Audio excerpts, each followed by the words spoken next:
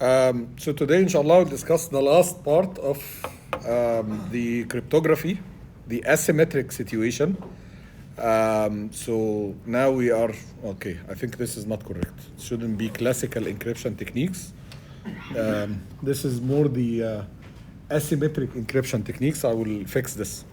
So what we will talk about today is the general methodology for the asymmetric called the public key cryptography, where you have two keys, and the most famous algorithm for that is the RSA. So we will describe how the RSA works. There are a couple of other algorithms for the same concept, public key cryptography or asymmetric encryption, but we will not discuss them as part of this course, which is finishing. So we don't have time to discuss them, okay?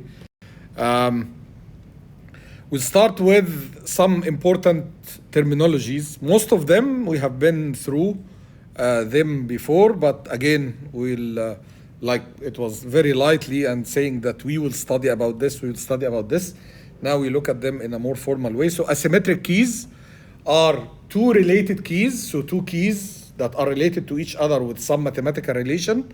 One of them is public, so it's distributed, it's put in a public database, it's available to everyone.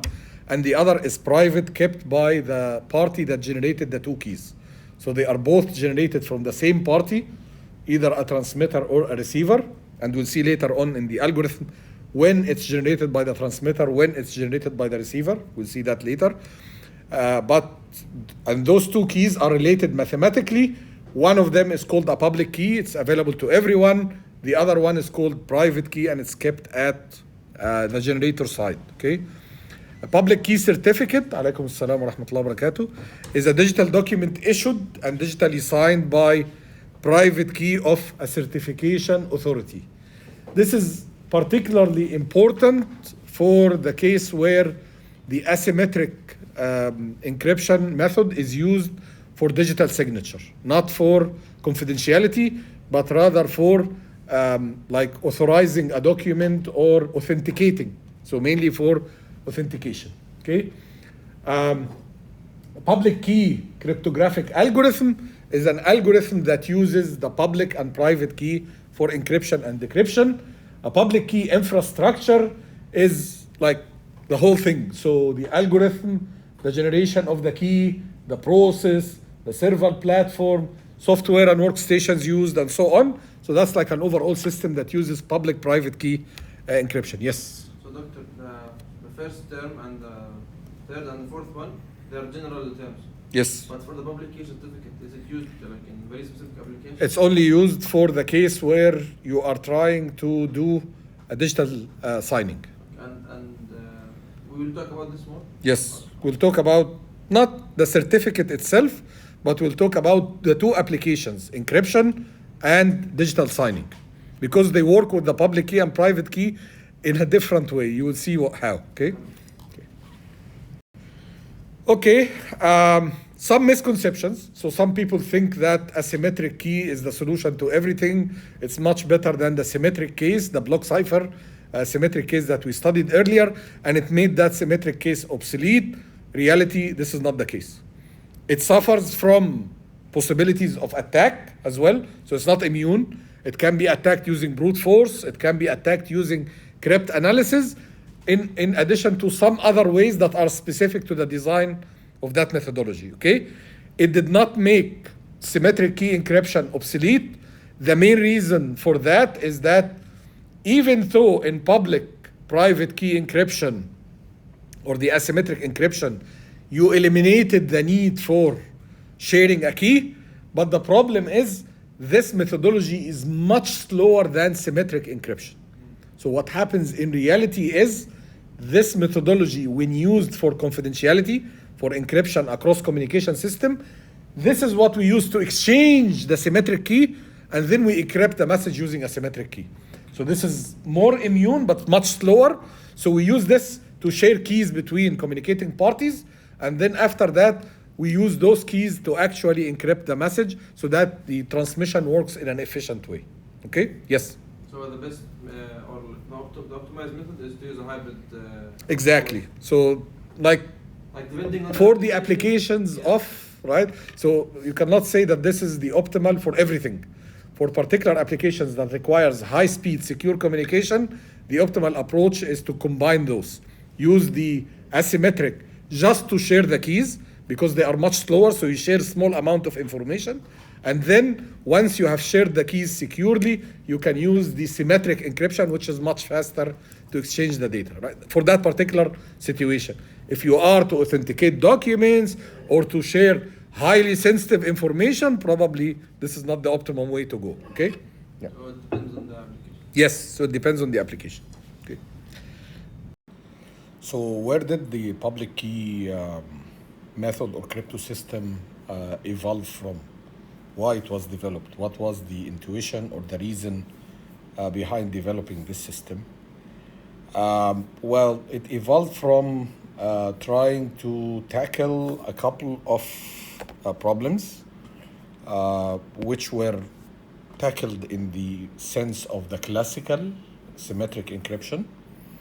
Those two problems are happening in the symmetric encryption. So the first one, the first problem is the fact that we need to distribute the key. So how do we distribute the key? How to make sure that the key is exchanged between the two parties or shared with the two communicating parties in a secure way. And the other issue is not only in secure communication, but in the case of authentication, how can I authenticate or verify that a particular document or a particular piece of information is generated from a particular source. Now, trying to address those two problems together, a couple of MIT scholars, which are called Whitfield Diffie and Martin Hellman, and typically they mention Diffie-Hellman, in 1976, they came up with the concept of public key encryption. So they came up with the idea of generating one public key, one private key related, that has to be related somehow, which is not easy to figure, which does not allow easy deduction of the private key from the public key, and that the public key is shared with the party that needs to send confidential information, and the private key is kept by the receiving party. And then you can only do encryption with the public key, you cannot do decryption, and you can only do decryption by the private key, and so on. So this whole scheme, without really identifying what is the method of encryption or how the keys are generated, it just talks about the general scheme. And then at the end of that publication, the two scholars, Diffie and Hellman, they actually put some kind of a challenge on this problem for someone to figure out a scheme that can implement this kind of encryption, decryption methodology. Okay, and so that's kind of where it came from. The crypto system for public key encryption incorporates different stages or different operations and different components. Of course, it has some plain text that needs to be transmitted, right? It has some encryption algorithm that combines the plain text with one of the keys, only one of them. We have two keys here, right? The public and private, okay? It incorporates two keys, the public and private key, one used for encryption, the other used for decryption. It might be this and this or the other way around. So this is encryption, this is decryption. We'll see why, okay? It also incorporates an encrypted text, cipher text, and in addition to an encryption algorithm, there is a decryption algorithm as well, right? So these are the components. If you compare this with the symmetric case, what are the differences? So for the symmetric classical case that we studied earlier, what will be the difference if we want to put the different component? Do we have also plain text in that one? Yes, we do. Yes, we have. That's the original message, right? Do we have encrypted cipher text?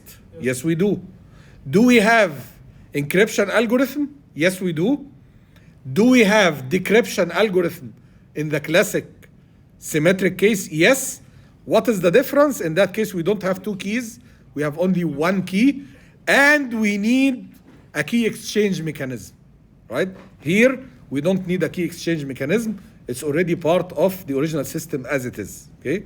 We always share the public key. We always keep the private key privately, locally, right? So that's the only difference, that we have two keys here, we have only one key there. Because of the fact that we have one key, we need a special way to share that key in a secure way. Here we don't, we just share this publicly, unsecurely. We want everyone to have access to it, and we keep this locally wherever it's generated. We never share it, okay?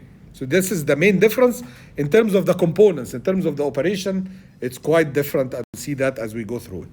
So here is one mode of using the public-private key, and I want you to think, right, which mode, like this mode applies to which application, and it would be useless to which application. In this mode, okay, assume that Bob and Alice want to communicate together, and the communication is going from Bob to Alice, okay? Now, Alice is gonna generate a private key that it keeps to herself, and a public key associated with this, which is gonna be available publicly, and hence it's also seen by Bob, right? As one of the public keys, known that this is specific to Alice. Now, during the exchange of information, a plain text message is generated here at Bob. The plain text message is encrypted using some encryption algorithm, such as the RSA. Using the public key of Alice, the information is sent over the channel, and then the information is read on the other side by Alice. Alice is reading now a ciphertext. She uses the private key to decrypt the message and receives it. Okay?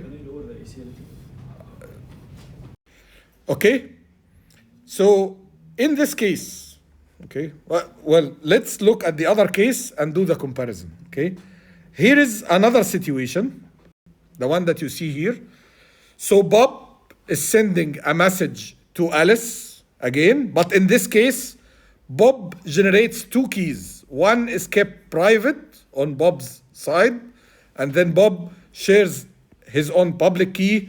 Of course, since it's public and shared, then Alice have access to that key as part of the public keys that she can seize. And then when Bob is trying to send a message to Alice, okay, Bob is gonna use the private key to do encryption, okay? And then the message is ciphered and sent over the channel. And then that message is received by Alice. Alice uses the public key that was distributed by Bob to decrypt the message, okay?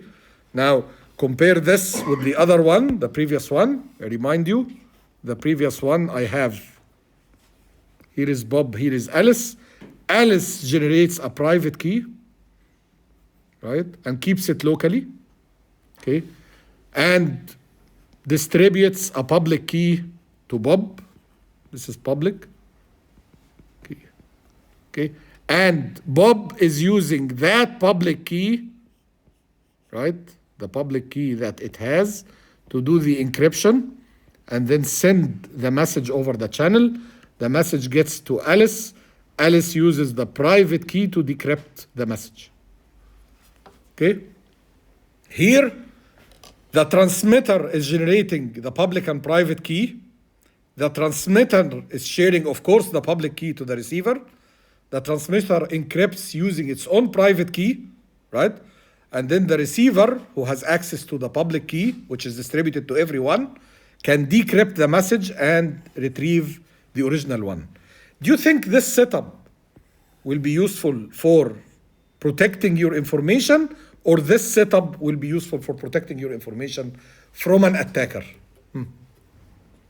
I would say that this current configuration. Current means the lower one or the upper the one? Lower one. Okay. It makes more authentication on Bob. Okay. Because in order to send the message, you have to have the private key. Okay. So that's you authenticate the sender more or the Bob more. Okay.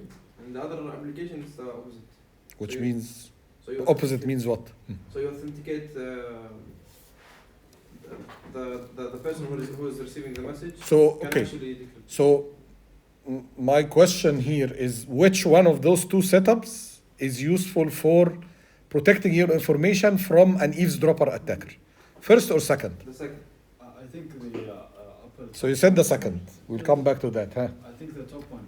Top Because one. You never want to use a public key to decrypt. You want to use the private key to Yes. decrypt. Mhm. Because the public is public, so anyone can decrypt. So it Yeah. means Eve can take the public key and Yeah. decrypt the message. Yeah. You agree? Yes. You agree. Okay. I think the first part of your answer was great, right? That the second one is actually for authenticating, because what happens, I encrypt with a key that nobody has access to except me, right? And then I send my information. Anyone who has my public key can decrypt. But this tells those guys what? So an eavesdropper would definitely have the public key because it's shared with everyone, right? So an eavesdropper would be able to recover the message. So the idea here was not hiding the message. The idea is that whoever receives the message knows that it was decrypted by the public key of Bob, so knows that this message came from Bob. So it's for authentication. That's for this one. But there is no protection because anyone can read the message. So here Right? it could be used for applications that are not confidential. Yes, so in this case, it's only applied when you encrypt using the private, decrypt using the public. This is applied for authentication, knowing who sent this message, right? While in the first case, as all the rest said, right, since I encrypt with a public key, nobody could decrypt except that they have the private key. So I made sure that this message can only be read or can only be decrypted by an intended party, which is an encryption application, confidentiality application, right? So again, for confidentiality, you encrypt using the public key and you decrypt with the private. And the keys are generated by the receiving party, right? For signature, the keys, the public and private, are generated by the sending party, right? And the sending party uses the private key to say that this came from me because I'm the one who's signing it with my private key. And anyone else can read the message and can know that it came from Bob, right? Yes. So the first one could be used for banking or any confidential information. Confidentiality. Doesn't matter banking or what. It depends. In banking, what do you want to do, right? So the general purpose is it's used for confidentiality. Means that I want only a specific person to be able to read the message, right? The second one is authentication. It means that I want anyone who wants to figure out who was the sender to be able to do so. And it's only one sender that could have possibly generated this message, okay? Now, if I want to do both of them, what should I do? Combine the two operations, right? So perform one cycle of encryption using my own, as a sender, using my own generated private key and the public key distributed to everyone. That's to say, this came from me. And then I want this to be received or read only by a particular party. So I use the public key of that party to encrypt, and they are the only ones who are going to be able to decrypt. So once they decrypt, now they can read the message, which is signed. Now they need to verify the signature by performing one more decryption with my public key as a sender. They can do that and verify that it came actually from me. Okay? طيب.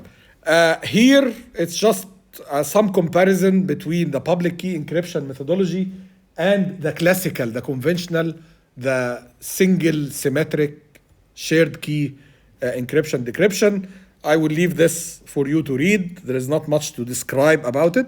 It's just some properties of each one of them, and which one has an advantage on that way and which one has an advantage on the other way.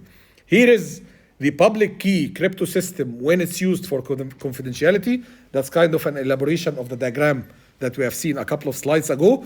This is the case of confidentiality, which means that the keys are generated by the destination, the private and the public, and then shared with everyone who wants to transmit. The second case is the case for authentication. The keys are generated by the sender and shared the public key with everyone, and you use the private key for encryption. And the next slide shows you how you can combine both of them, right? So here you have a key pair generated by the receiver side, and keep the private for yourself, share the public for the sender to be used for confidentiality. Here you have the key generated by the transmitter side, keep the private, share the public for everyone to be used for authentication. and you start as a sender doing the authentication part first, using your private key generated at your side, and then you do the confidentiality using the public key shared with you by the intended receiver. And then you send a message, the receiver will decrypt the confidentiality part first, and then will verify the sender in the second phase. Okay? That's how an authenticated confidential transmission happens between any two parties. Yes? In this case, the private key is the same. No. The private key is not. No. If it's the same, it means the private key, two people has access to it, which is not allowed. Private key is kept only on only one party, the generating party. That's it. Nobody else can see it. Okay? So there is no same key. It's one pair of keys for confidentiality, which is generated from the receiver side, another pair of keys for authentication, which is generated by the sender side. They should not have any relation between them. Okay? The only relation is between every pair of public and private, right? So public and private are always related somehow, right? With a particular known relation. Okay? Any other questions? Tamam. Okay. Now, if this is, again, applications, as I mentioned, you can use the public-private key either for complete encryption, decryption, so completely doing confidentiality, particularly when your data is not very high data rate transmission, does not have very high data rate transmission requirement, and it's very sensitive data. So in that case, you use the RSA or the asymmetric approach across the whole transmission. Also, you can use it for signing the information. By the way, when we use the public-private key encryption for signing, it's not a wise idea to really encrypt the whole file. Okay? Because if we encrypt the whole file, it means that we are wasting a lot of resources just to sign the document. Okay? And also, it means that we are requiring the receiver to store the whole file to verify against when they do the decryption, right? To see whether it has been altered, something has happened to it, because part of the authentication to say that nobody has changed it across the transmission, right? So in order to do that, I have to have another copy of the file to compare with, to see that it has never been altered, right? That's very tough in terms of storage, and also the operation by doing double encryption, one for confidentiality and another one for authentication is too much. In fact, for authentication, you can generate some small amount of information, like using, for example, something like a hashing function that relies directly on the big file, right? So if anything in the file changes, the output of the hash function is going to change. And then you only perform the public-private signature encryption on that hash function. That's it, right? Rather than really encrypting the whole document. That's going to be quite inefficient, okay? But you need to encrypt the whole document for the confidentiality, definitely, because you need to hide every single piece of the document if you use the RSA for confidentiality. The other more efficient way to use the asymmetric or the RSA is to use it only for key exchange, and then the actual information is going to be encrypted and decrypted using the shared key, using the symmetric old approach that we talked about, like 3DS, for example, okay? So that you can still achieve very reliable confidentiality, but at a much higher speed by making sure that the key itself is highly protected using RSA, and then the data later on is protected using the symmetric approach, okay? Some other algorithms, so to apply asymmetric encryption, the one example that we studied today is the most common one. It's called the RSA algorithm, right? But there are some other ways also to apply. They all follow the same principles that we have discussed. It's only that what are the functions of encryption and decryption that are being used and how the keys are defined in each one of those cases, but they all follow the same principle. So they have private key, public key, they encrypt using the public if they want to do confidentiality, they encrypt using the private if they want to do authentication, and so on. It's only what kind of operations you do to apply these functions is different from one algorithm to the other. The most common one is the RSA, but there are other ones like elliptic curve, Diffie-Hellman, and DSS algorithm. Okay, these are different algorithms for asymmetric key exchange or private key, asymmetric cryptography or public private key cryptography. Okay. Generally speaking, for your system to be really secure, there are certain requirements that have to be satisfied by the public key. Okay, not only by the public key, by the way, also by the private key. What are these requirements? So for the two parties that are exchanging information, what kind of operation they are doing? Remember, one party, the transmitter, right, is performing encryption using the public key, right? And then the other party, the receiver, is using decryption, and for that it's using the private key, right? So again, for this to be practical, this operation has to be relatively easy to do. The way I do the encryption, which is combining the public key with my information, this is an operation that every transmitter who wants to do confidential transmission needs to do. So it has to be somehow an operation that's doable, not really computationally very expensive, right? Similarly, I encrypted the message.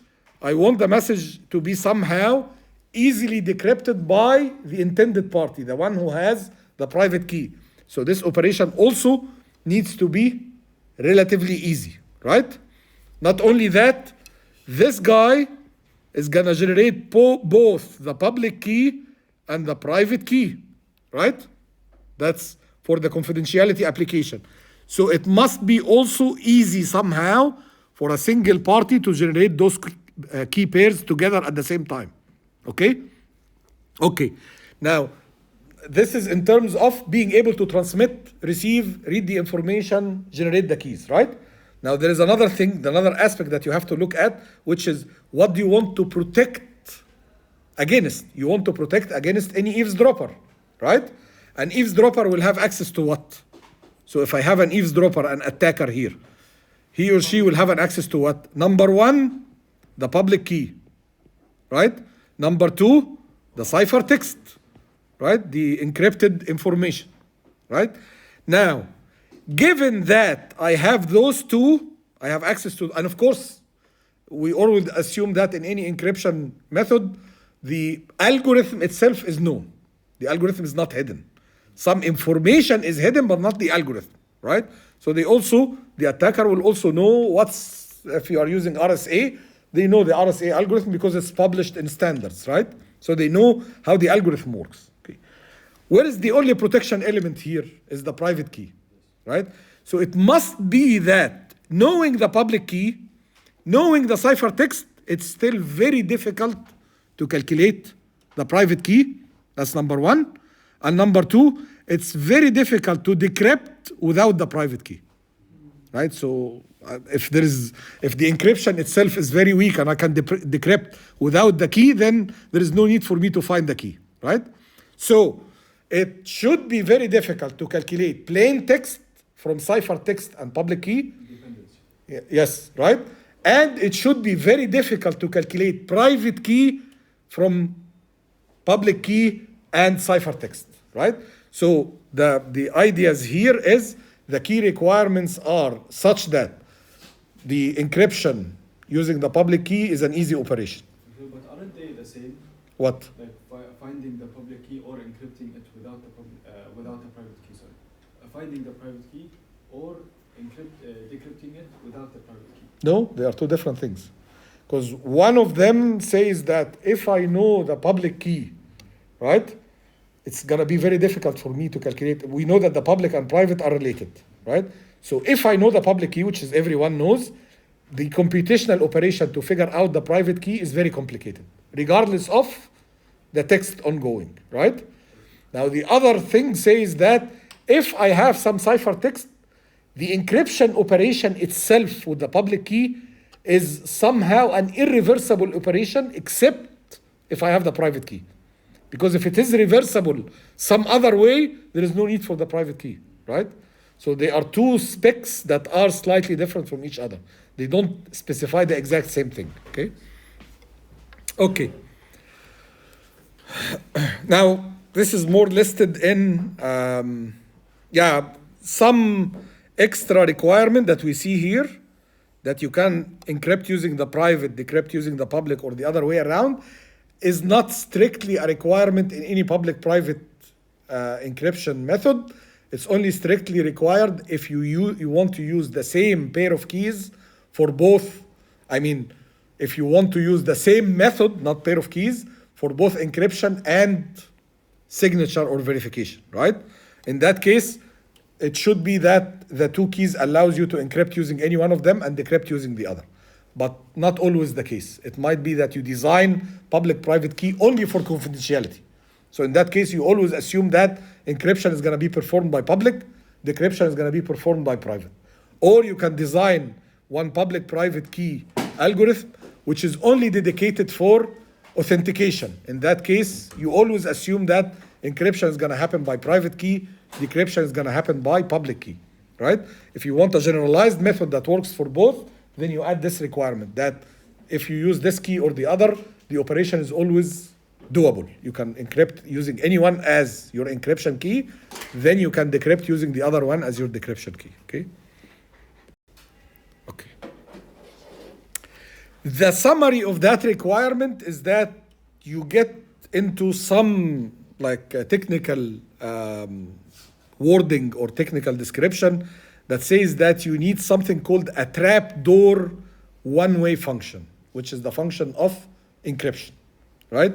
What does this mean? It means that it's a function that it's very easy to calculate the function. So if you have the value of x and you want to encrypt, then it's very easy to calculate y, the ciphertext, from the plain text, which is f of x, okay?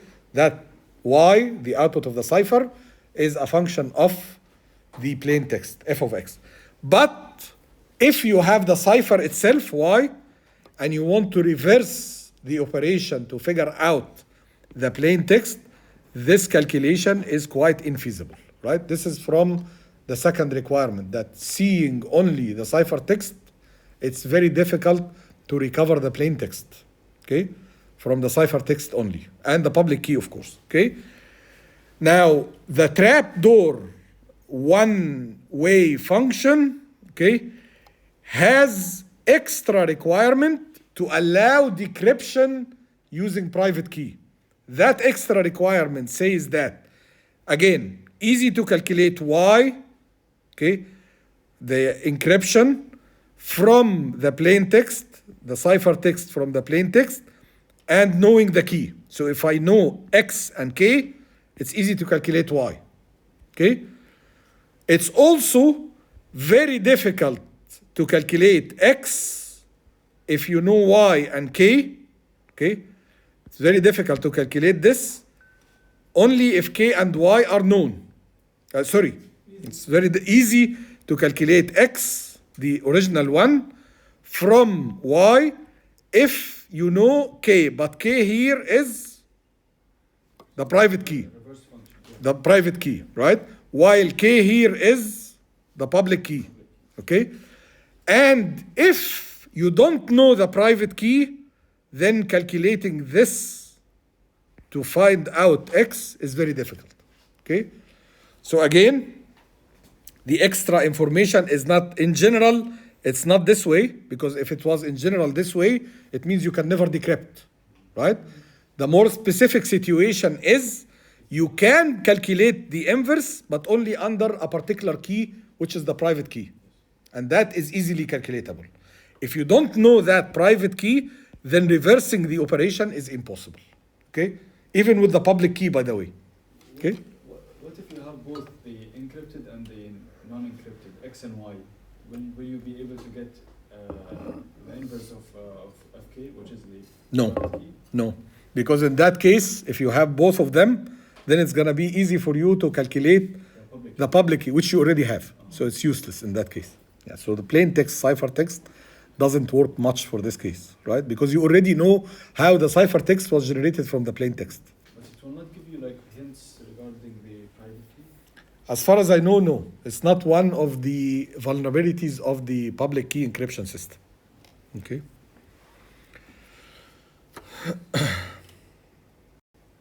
Okay. Does script analysis work for public key, private key? Yes, definitely. So if you don't sufficiently hide the information that relates the cipher statistics to the private statistics, anyone who has some capability to do crypt analysis will be able at some point to break your system. Okay? So public private key does not really protect against crypt analysis, similar to the DES. DES does not, the symmetric key encryption does not protect against the crypt analysis unless you take that into account in the way you do the encryption and decryption. So unless your encryption function and encryption function hides that relation between the statistics of the plain text and the statistics of the ciphertext, by default, just doing symmetric encryption or public private key encryption does not allow you to hide that information. Okay?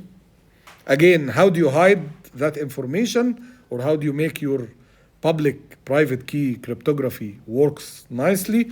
By guaranteeing two things. You use large enough key, that's one thing, so that you can protect against brute force attack. And also you make sure that the way you mix the key with the plain text is such that the output ciphertext relies on the statistics of many input plain text values, okay? Such that eventually it looks to you like the encrypted message. If you analyze it into alphabets, all the alphabets have the same probability approximately, which means you cannot map them back to the alphabets of the original language or the plain text, okay? There is something called probable message attack, and this probable message attack is a specific attack for the public-private key encryption. But before discussing that one, we can first remember that another specific attack for the public-private key is actually trying to find the private key by knowing the public key. So the public key is known to everyone out there, including the attackers, and one of the ways to try to break the system is to use somehow to apply the relation between the public and the private key to try to deduce the private key from the public key. Despite the fact that this has been shown to be complex enough because it relies on the factoring of prime numbers, of some number to its prime factors.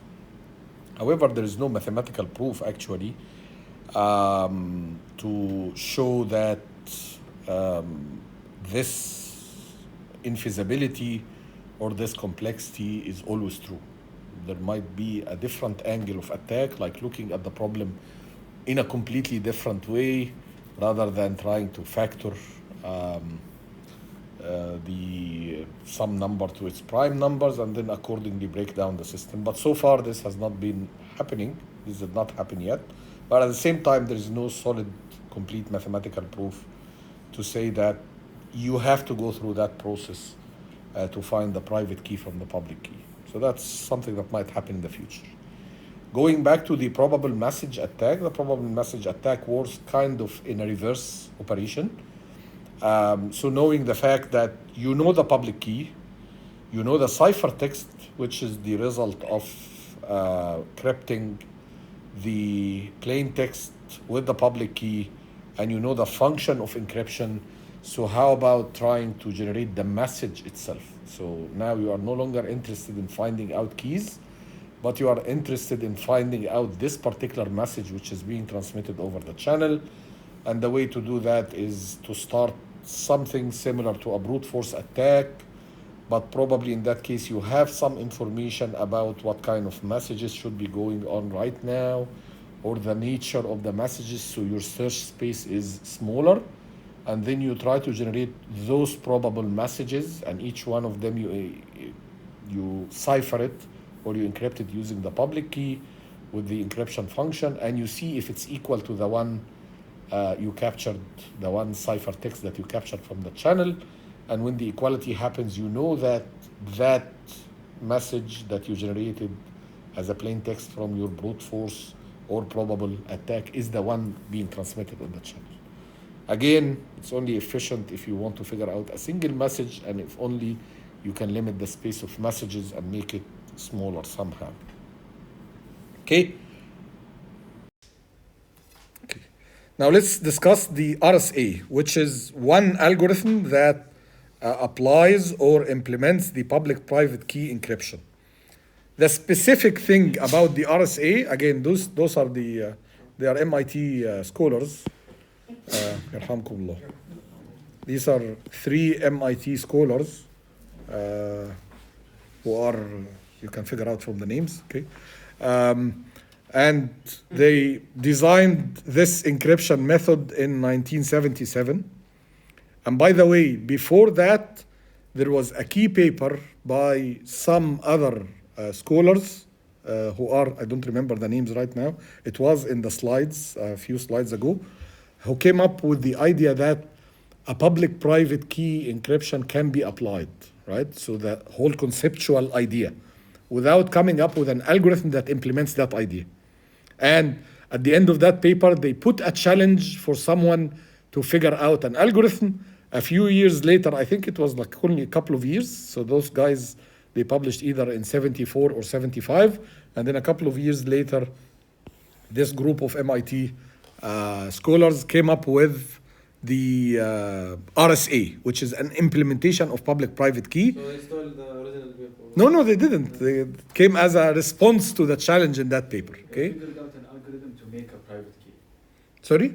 They figured out the algorithm to make a private key. Not only that, how do you use the keys? What is the function that mixes the keys with the message? So do you XOR them or multiply them or add them together? Or what do you do with the key and the message, right? So the algorithm is mainly 2 things. What is the mathematical relation between the public and the private key, right? Such that you can implement encryption and decryption in an easy way.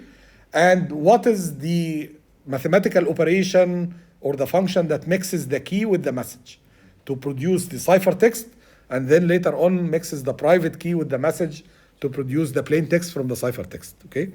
Yeah. And it's very simple, by the way, but very thoughtful at the same time. I thought it was going to be complicated. No, not at all. Very simple, right?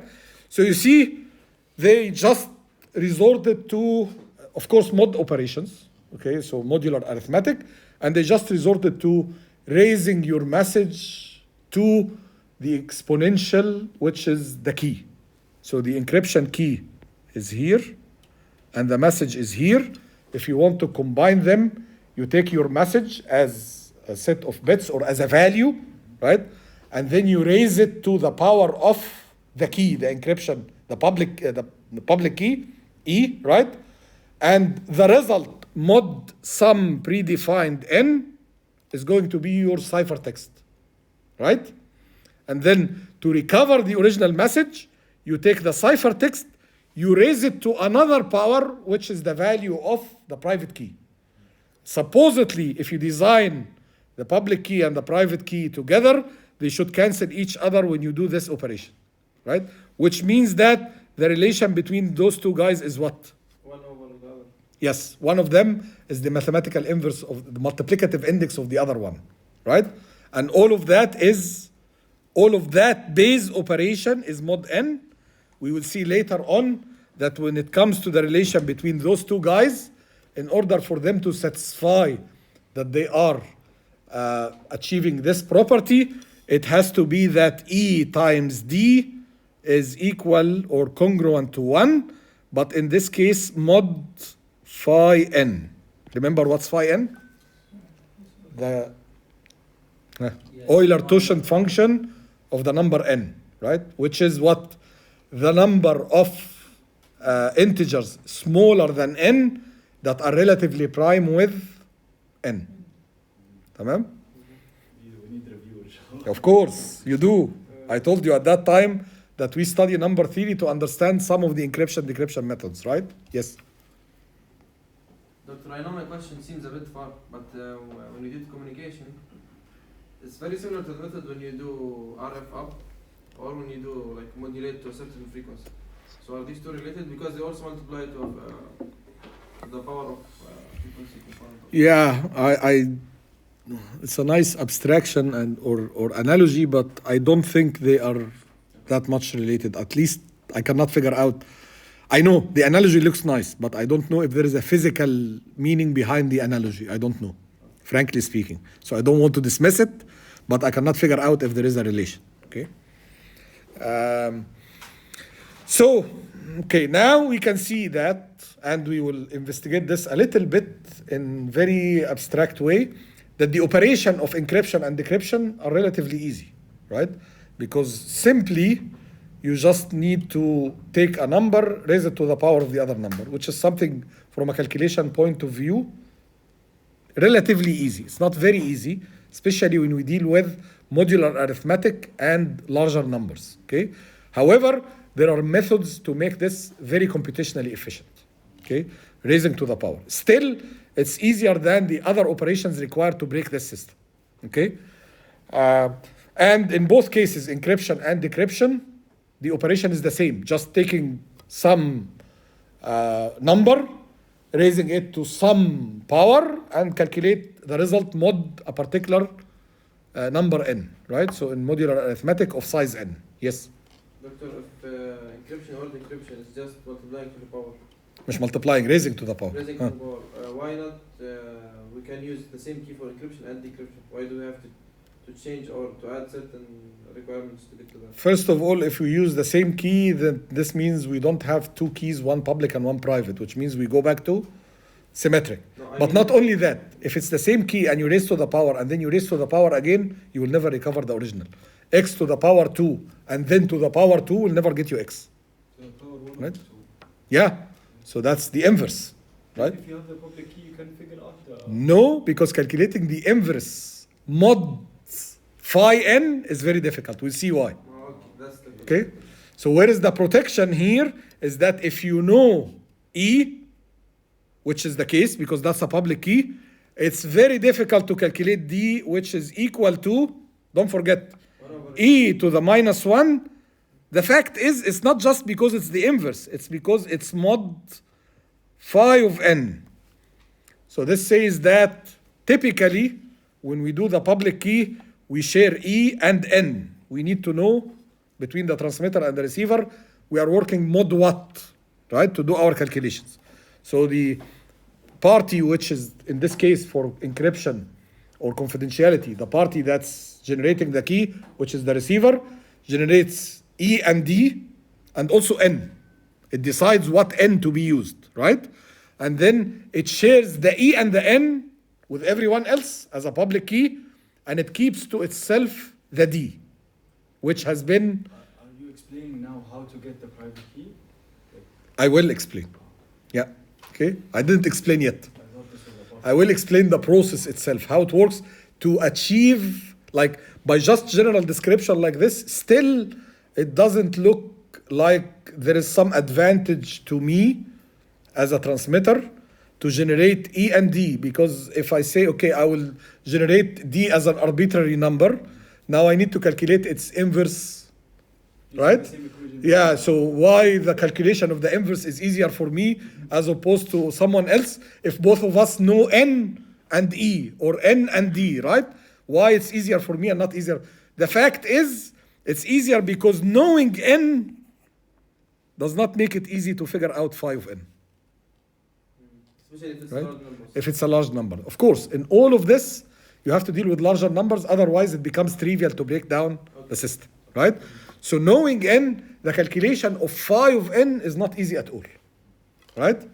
Okay, so how come now, for me as a transmitter or a receiver, to make it easier knowing N to figure out phi of N, while it's very difficult for any other party to know N and figure out phi of N? We will see, okay? Okay, so here it just describes that the public key is simply E as well as the modular size that we are working with, while your private key is D, which is the inverse of that E, mod the same modular N, okay? Mod phi of N, okay?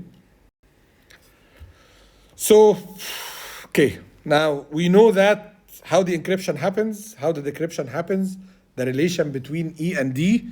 How do we actually make this system achieve the requirements that we mentioned earlier, which is basically easy for me to generate, first of all, the pair of keys, the public and private key. Very difficult for anyone who has the public key to be able to generate the private key or figure out the private key. The other one, which is making the encryption and decryption easy, we said that the encryption and decryption is always raising to the power, which is relatively easy in modular arithmetic compared to the other operations that we'll describe now, okay? And there are ways to make it even more efficient. When you look at this, okay, you figure out why, when you look at how the generation of the RSA algorithm happens, as you see it up there, you will figure out why it's easy for the generating party to generate the two keys, while it's very difficult for a listening party or a party outside who has the public key to figure out the private key, okay? So it says that, first of all, we are gonna assume that, we're gonna assume that we use n that is composed of a multiplication of two prime numbers. Why do we use prime numbers?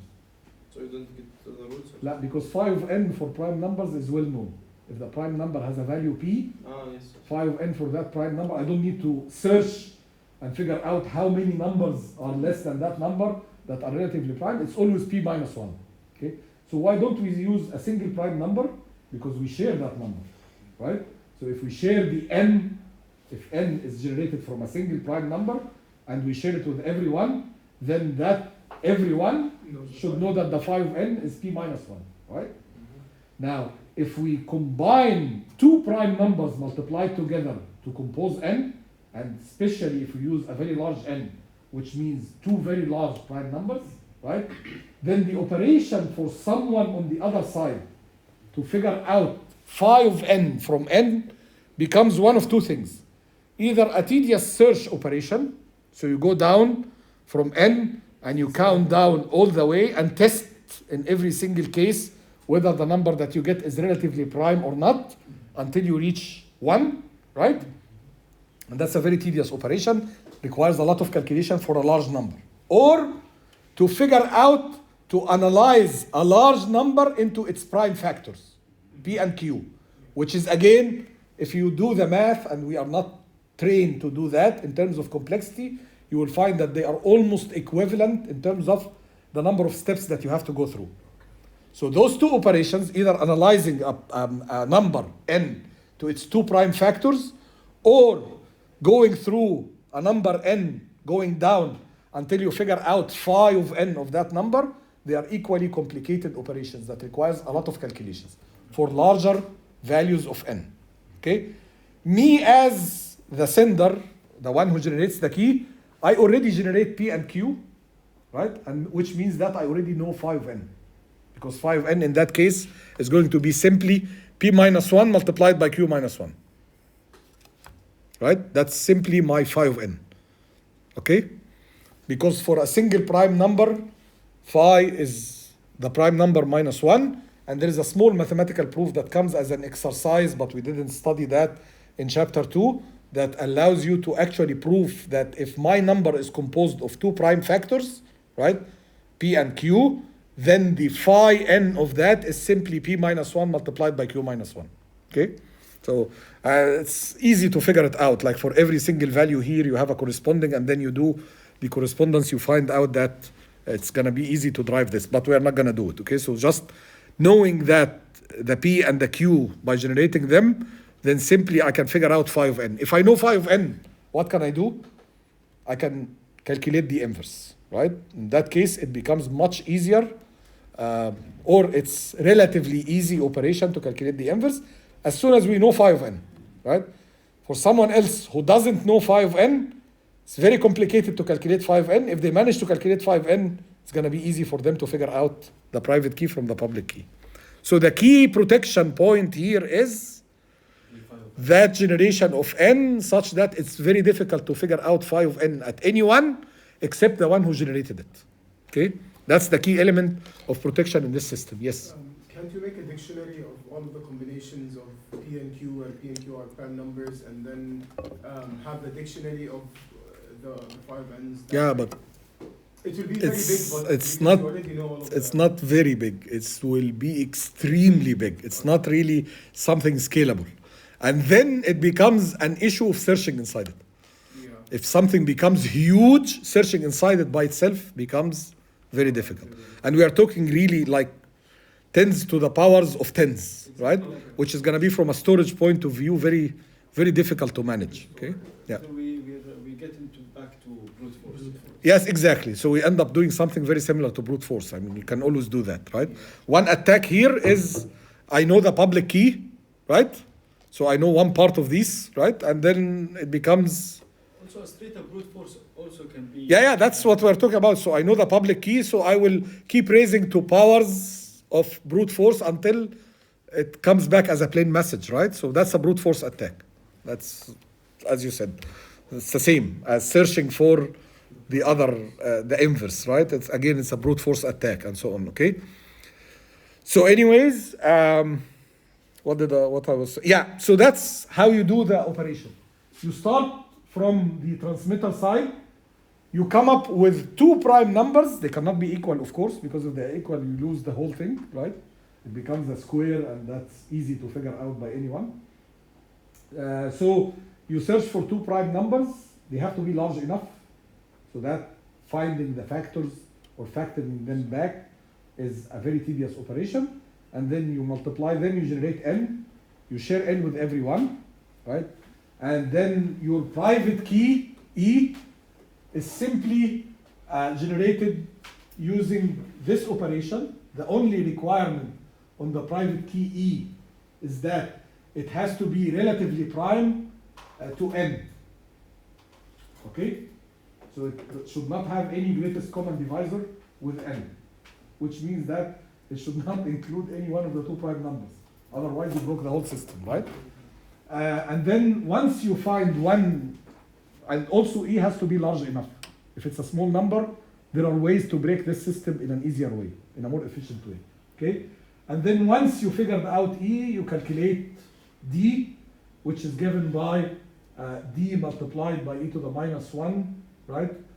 Mod the phi f here means the phi. Okay, so this is phi of n, but it's written here as f. I don't know why. This is carried from the book. Okay, and similarly here, this is phi of n, the Euler-Tauschent function. Okay. Then you find D, which is the inverse of E, again mod phi of n, and then your public key, the key that you share with everyone, is E and n, the one that you calculated above, and the one that you keep to yourself is D, of course combined with n again, okay? But n you are keeping it there, so no need to put it in the list, okay? The encryption operation, simply anyone who wants to transmit things encrypted or ciphertext to you will use the public key by raising the message to the public key mod the n that you shared with them. And on your side, to decrypt the message, you will receive the ciphertext from any transmitter, and then you will raise that to the private key, again mod n, and you should recover your original message here. Okay?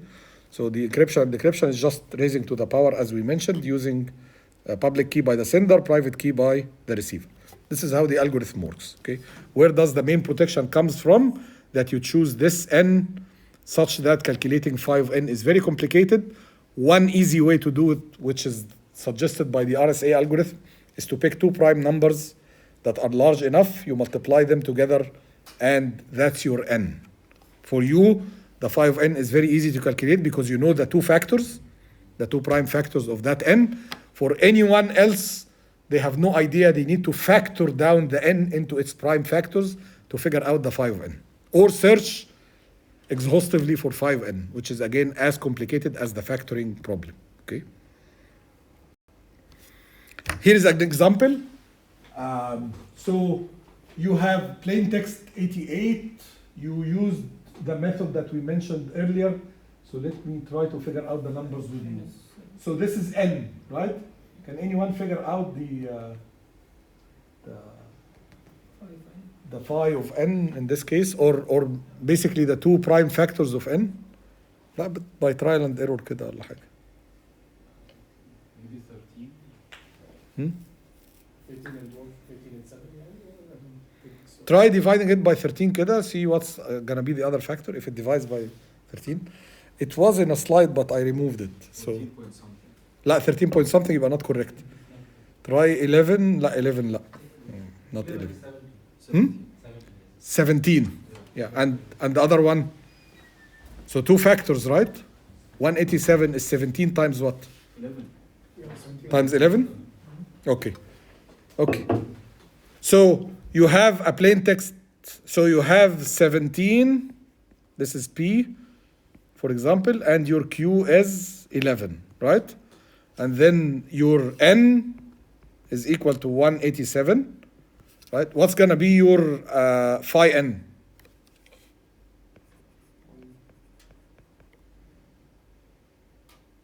P minus 1 times Q minus 1.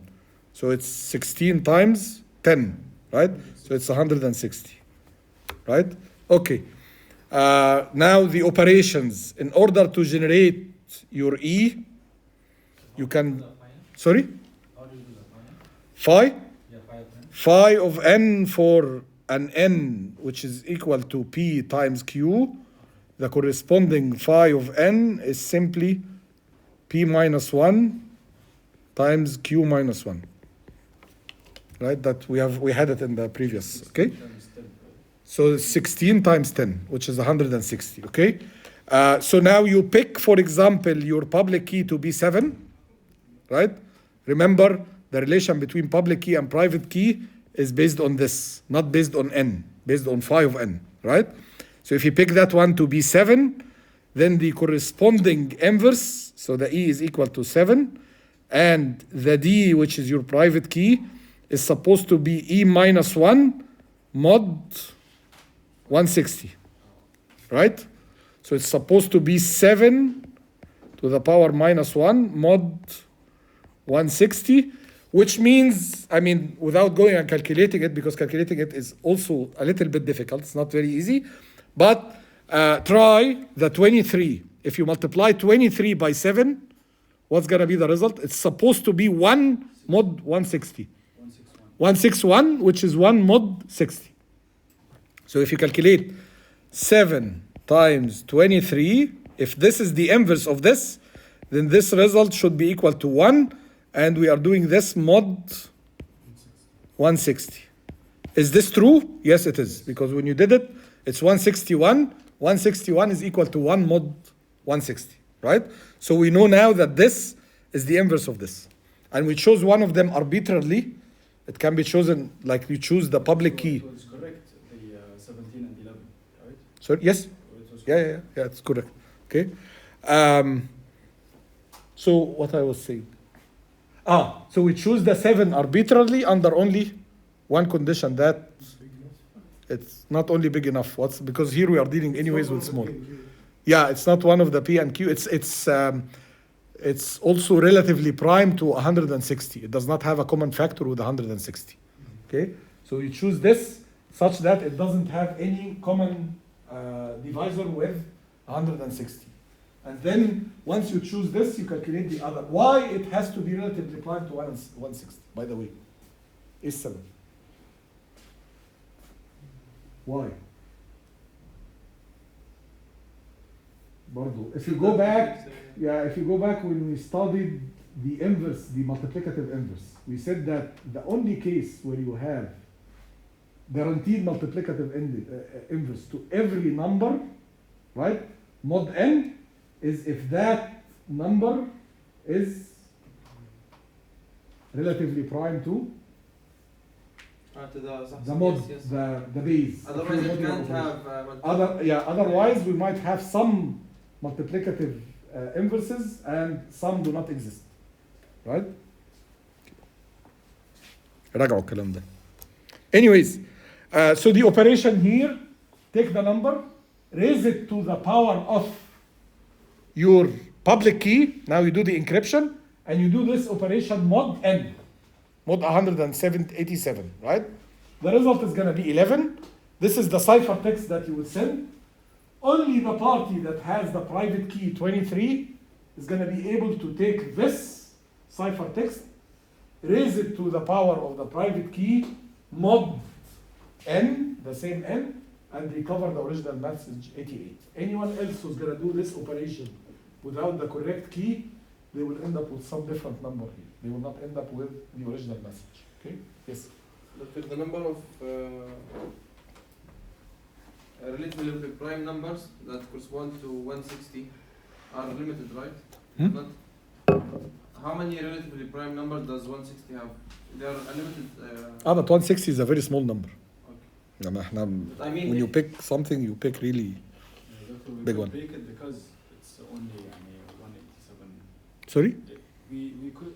That's what Alice is trying to do. Get the prime numbers that multiply to 5n. Yes. And what we did here should be impossible. It should be very hard because the number is very large. What we did اللي هو ايه؟ We got the prime numbers. The prime factors. The prime factors with 187. Yes. If it's long, we will not. If it's long, it's not. هنقعد هنا لحد بكره يعني to figure it out. but doctor, my question is, if you have 7, you would immediately know that its pair is 23, right? Or is it not? You can have other pairs. If you have 7, if you have 7, there is only one inverse to it. Okay. If you have this, there is only one inverse to it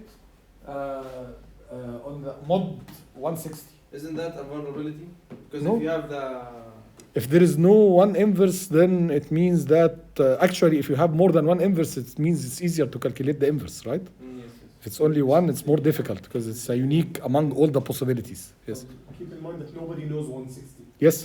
Oh yeah, but once you know 160 and it is a public, that's. But for knowing 160 is the whole trick. This should have started, but since we didn't have it written here, we had to search for it. But this should have started by, I pick my two prime numbers as 17 and 11. When I multiply them, I get this guy, right?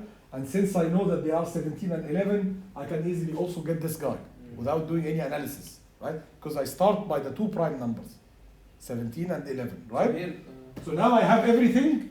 I can start now calculating my E. I can start calculating my, suggesting my E and then calculating my D, اللي هو ال private key. And then I share the E with the N and I keep the D to myself. And anyone who wants to encrypt will use the E with the base, اللي هو ال N, to encrypt the message. Only me, because I know this guy, the 23, I will be able to decrypt the message. so the strength of the whole encryption lies in the two prime numbers that you have. Yes. And those have to be picked as very large numbers and not equal to each other. Usually, how many digits are they? Like the 187 usually, how many digits? We are talking about a key of the size 1024 bits. 10, 24. Yeah, that's the key. That's the key itself. The key is like almost half the number of digits, not all the number of digits. This explains that finding the next prime number will increase more security and you get a prize if you can. Finding the next. Next larger prime number will increase the security and you will get the prize. Yes, yeah. This is why searching for large prime numbers is a nice thing, right? It's something with like a prize on it, and go ahead and find more, and you will get some money for that, right? The idea is, okay, if you start looking at this algorithm, you will find that it starts by picking two prime numbers, which are very large, right? This operation by itself is not very simple. But we studied some simplistic techniques that works, remember? The Rabin-Miller, right? Miller-Rabin algorithm, which is probabilistic algorithm. Yes. You give it a number, it can test whether that number is prime or not. And the result of the test is definitive if it's not prime. Yes. But if it's prime, it's probabilistic. It says probably it's a prime number, but not 100% sure, right? And then what we did in that case is we repeat this algorithm for the same number with different parameters. There was a randomized parameter to start the algorithm with. And then if we do enough repetitions, let's say, for example, 10, 15, right? Then we are almost certain that it's a prime number. So even the start of this requires some calculations. Just generating P and Q is not a simple process, right? This is why, generally speaking, this algorithm is slow.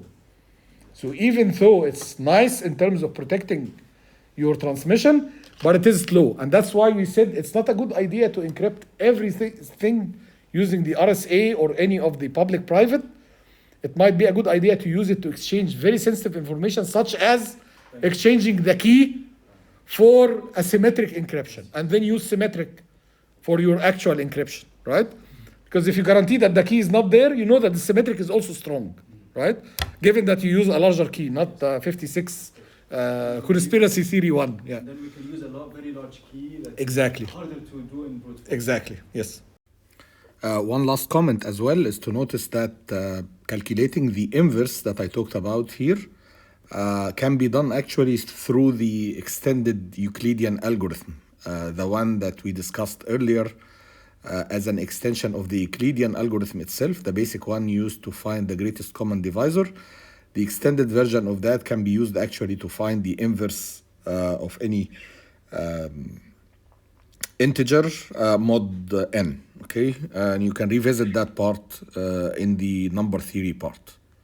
This is how this generally works. There are a couple of more slides. This one is more into describing the algorithm for multiple blocks rather than encrypting one block. It's for your information. I'm not gonna ask you to really go through this. Yeah, I know we are almost done with the time. Again, this is for the decryption with larger example. So again, like any other encryption method, RSA still is have its own weaknesses and vulnerabilities and angles of attack. This slide just quickly summarizes the types of attacks that can be performed. Some of them are very similar to what we looked at before, like for example, brute force attack, timing attack, right? We discussed those already for the DAS and other encryption methods. Some of them are specific to the RSA, like the mathematical attacks that relies on the operation the RSA goes through in terms of the functions that defines the exponentiation for encryption and exponentiation for decryption. So knowing these algorithms or operations, you can actually utilize some of its properties for the attack. Generally speaking, there are more details on each one of those attacks and how to protect against them, but it's just sufficient to look at this slide to be aware of the kinds of attacks that are possible. And if you want to read more about them, you have the book and other references that you can refer to, okay? By this, we finish our essential discussion for the asymmetric encryption and the RSA algorithm. We skimmed through it in terms of conceptual operation and actual implementation algorithm. We leave the details of strength, security aspects, enhancements, computational efficiency for further readings outside the scope of what we need to cover in this course. Thank you.